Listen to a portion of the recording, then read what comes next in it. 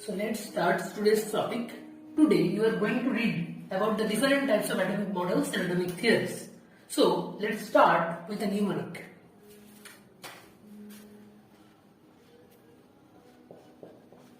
Dad takes Ford, but son Scorpio. Dad takes Ford, but son Scorpio. Now, these six are the name of the six scientists who has proposed their different theories about the atomic models, and these are arranged accordingly. First comes the dad of atomic models. Who is he? Dad refers to Dalton. He gave the first ever atomic theory, the Dalton's atomic theory.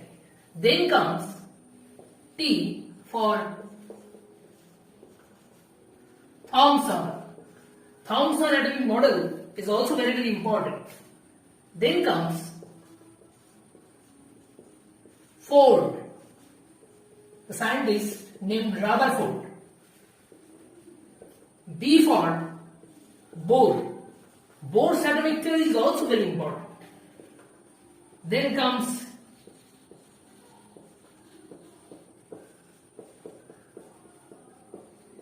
Sommerfeld. And lastly, the latest theories of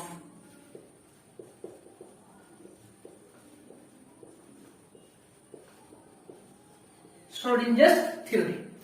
Among these, the Schrodinger's theory is not for NEET, it will be for AIIMS, and rest of this you have to go through accordingly.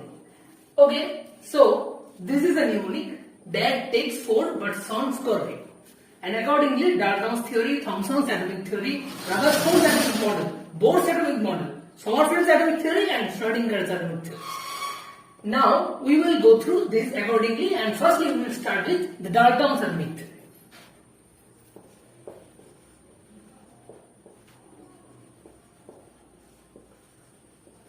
So let's start this. So now we come to the Dalton's atomic theory. Dalton, that is John Dalton, was the first person to give the theory on atom, and he gave his theory based on the law of mass conservation and law of definite proportion. So these two are important for NEET MCQ. So important for NEET. So what John Dalton told? John Dalton actually told that each element is composed of extremely small particles called atom. So he named that the small particles called atoms.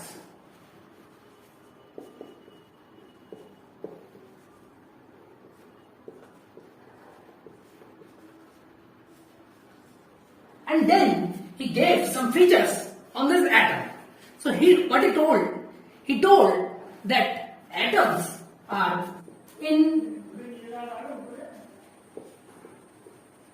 indestructible in nature. That is, cannot be created or neither be destroyed. Number 2, atoms of a particular element are all like in nature, and the atoms of different elements are different in nature.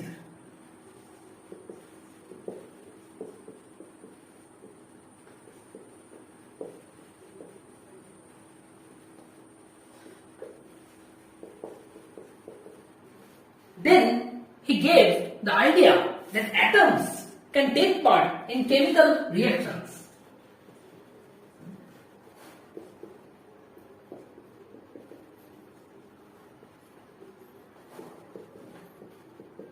Okay, so he gave all these ideas, and with all this he also included that atom has its own mass, but it is structureless.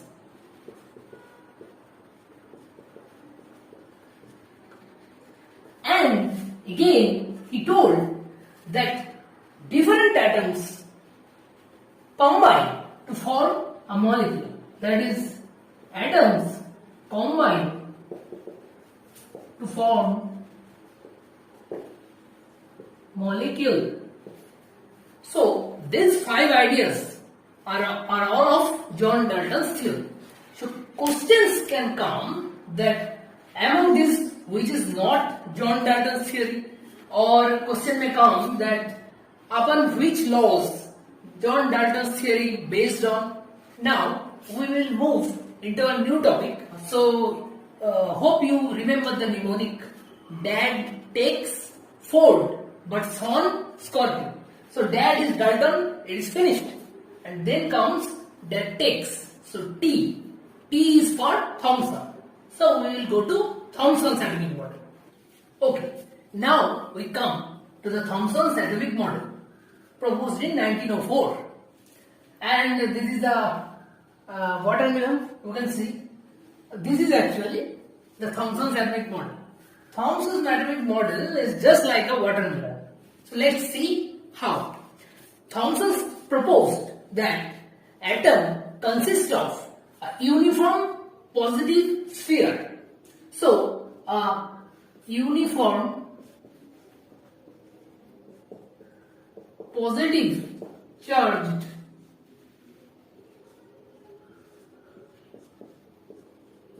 sphere, and he told that there are electrons which are distributed more or less uniformly within the positive charged sphere. So electrons are distributed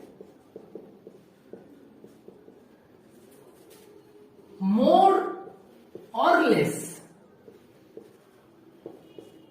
uniformly in the sphere. So this is Thomson's idea, a uniformly charged positive sphere. Let us assume that this is the positive charged positive sphere, uniformly charged, and electrons are like this, just distributed within it. These are the electrons. So it's just like a watermelon, and electrons are its seeds. So this model is also known as, these names are very, very important. First name is, you can see, watermelon model. Secondly, there are also other names known as plum pudding model, and also another name, that is raisin pudding model. So these 3 names are very, very important for MCQ of NEET. You must remember this, okay? So now come to the drawbacks of Thomson's atomic model. Rather, the drawbacks are more important than the theories that he proposed, because from the drawbacks, later scientists found the corrections, and thus they proposed again a better structure of atom. So let us come to the drawbacks.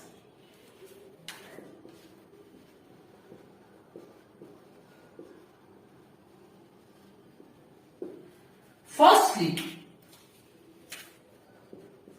he told that the mass of atom is uniformly distributed, which is actually not. So his first drawback is uniform distribution of mass of atom. Secondly, his model is a static model. Static model.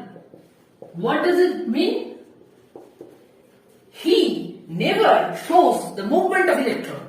So it is another drawback of his model. It's a static model. And thirdly, he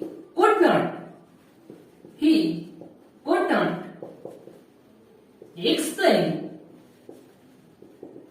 the stability of atom. It is also a very important drawback. He could not explain the stability of atom. That means he could not explain that how these electrons just came into a positive charged pair. So these are three drawbacks of Thomson's atomic model. Here the drawbacks are very, very important because question can come from this, that what are the drawbacks of Thomson's model, which is not the drawback of Thomson's model, which is an exception among these four. So this here question can comes from here. So this is all about the Thomson's atomic model. Next we go. Okay, then firstly remember the mnemonic. Dad takes Ford. So our next topic will be Ford, that is the Rutherford's atomic model. So now come to the Rutherford's atomic model. So firstly take as a look that how does the model come into being, because Rutherford did an experiment, that is the Rutherford scattering experiment. So what he did, he took a source of alpha rays, that he took any element which emits alpha rays.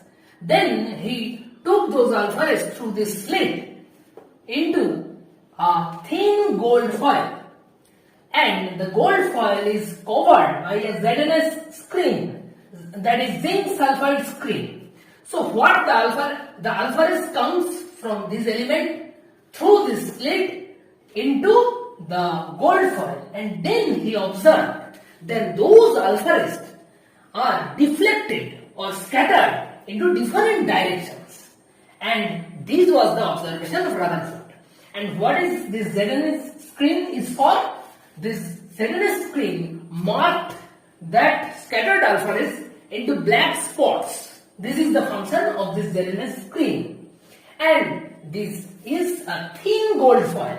You must remember that the thickness of gold foil is 0.00004 centimeter. That means 4 into 10 to the power minus 5 centimeter, and it is very, very important for NEET question comes from this. Okay, remember that. Now comes into the observations of Rutherford. Rutherford observed three types of rays, three types of scattered alpha rays, and he observed that this is the first one, that is first type of scattered alpha ray. It just goes through the thin gold foil straight. It is not deflected, not scattered. Okay, so first type is 99.9%. This type of alpha ray, which is not scattered, consists of 99% of the alpha rays.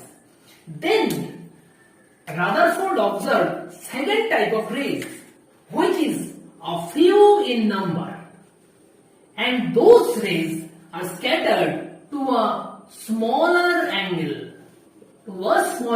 Here you can see these rays are scattered in a smaller angle. This consists of few of the rays. And number 3, he observed another type of rays which are, here you can see the third type of rays, which are scattered into a bigger angle, and some of them is totally deflected, that is deflected by 180 degree. So third number is, it is very small in number, the third type of ray. It is actually 1 out of 20,000 rays. Okay, and some of them into bigger angles and some up to 180 degree. That is, it just the opposite direction that it goes. Okay, so these are the observations. Now come to the conclusion part. Okay, so conclusion of Rutherford's experiment. We know alpha rays are positively charged rays. So 99% of these rays are not scattered. That means most of the places within this thin gold foil atom is empty. So he concludes from this observation, the first observation, that most of the place in an atom is empty. Okay. From the first observation, he concluded this.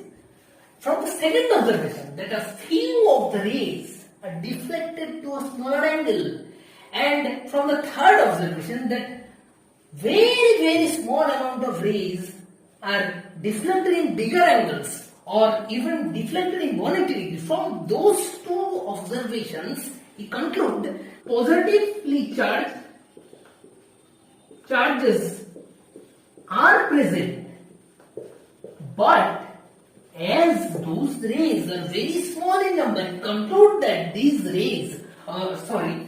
charges are concentrated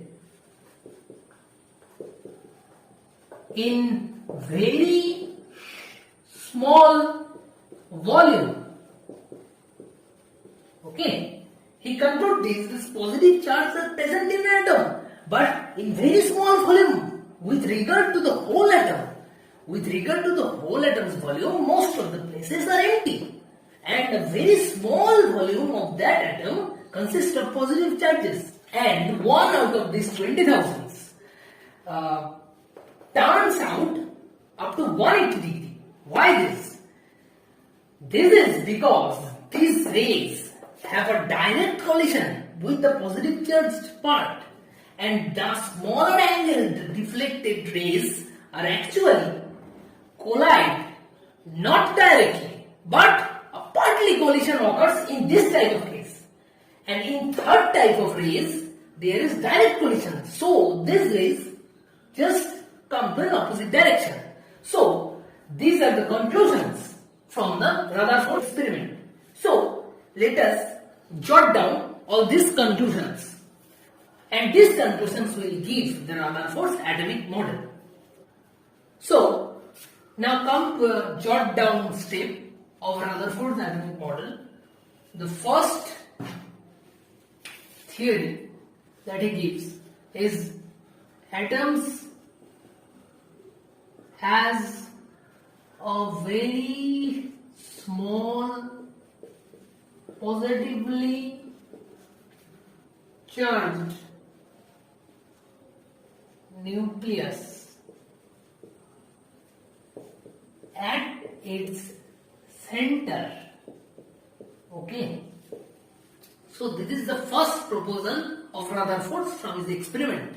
Secondly, he told that the volume of nucleus is very less than that of atom. We know that diameter of atom is about 10 to the power minus 8 centimeter, while the diameter of nucleus is just about 10 to the power minus 13 centimeter. So here you can see that the diameter of atom by diameter of nucleus gives us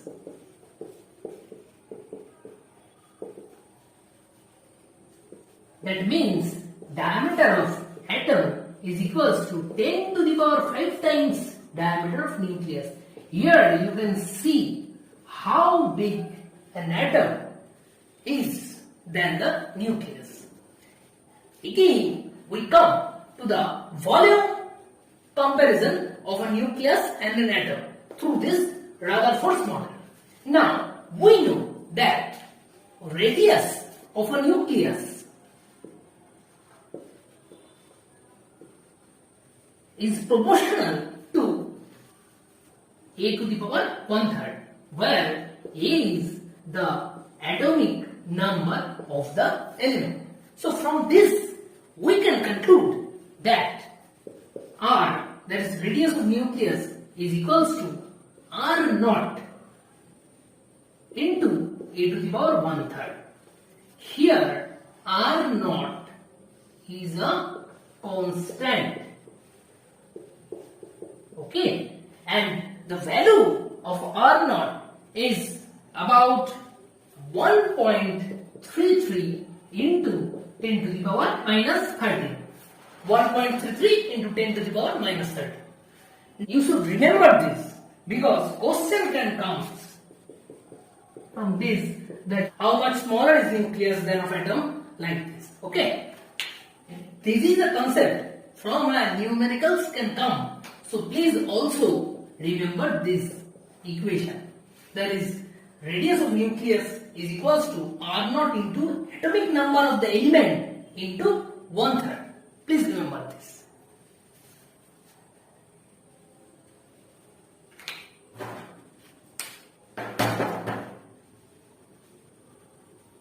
Okay, now we will see about the volume of the nucleus and compare it to the atom.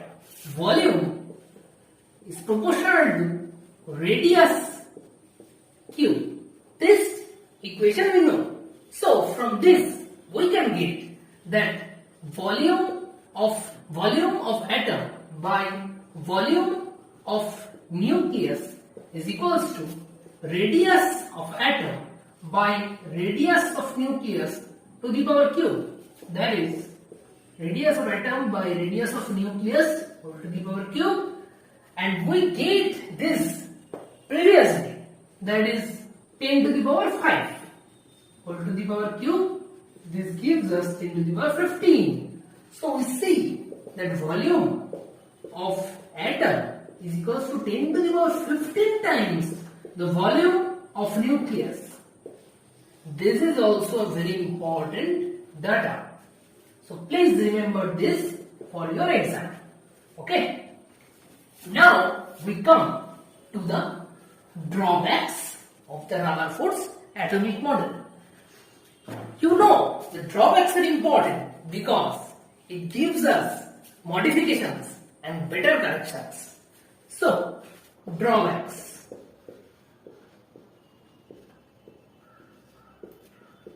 Rutherford cannot explain the stability of atom. So, he cannot explain stability of atom. How?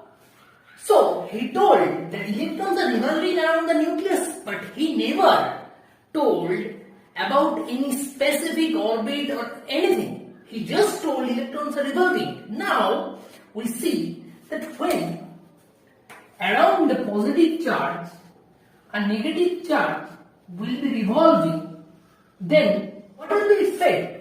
What will be the fate of electron? It will lose energy. It needs energy for its path. So it will lose energy. Again and again it will lose energy and its path will be getting smaller and smaller. And after some time, the electron cannot move anymore because no energy is rest to it. So it just get into this positive charge.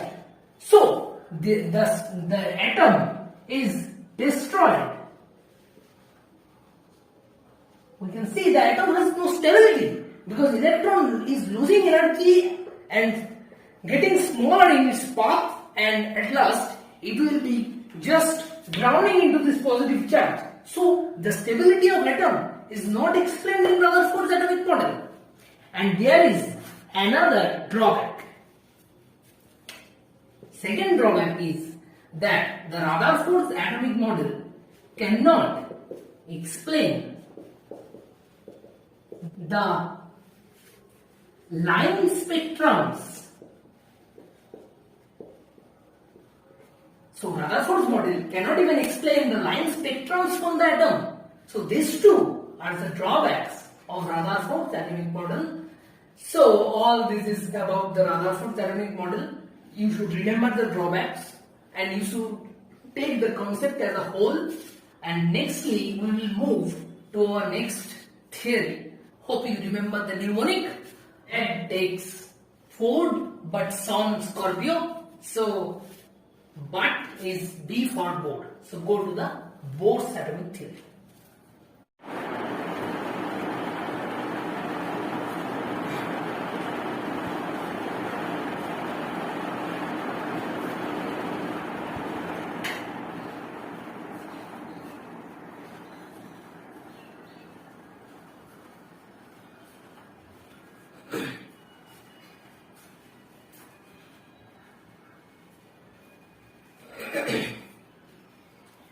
Bohr's theory is very important. So I think it deserves a new video, new lecture, and a separate video I will make for Bohr's theory and its applications. And then comes the Sommerfeld and Schrodinger's theory. We will learn those two on another video, another separate video. So now this video is up to this, and the important previous year questions from this lecture of today, the Daltons, the Thomsons and Rutherford's theory, you will get it along with the other theories and other lectures. Okay. So before finishing the lecture, let's take a snap of a previous year question. And there are other previous year important questions also.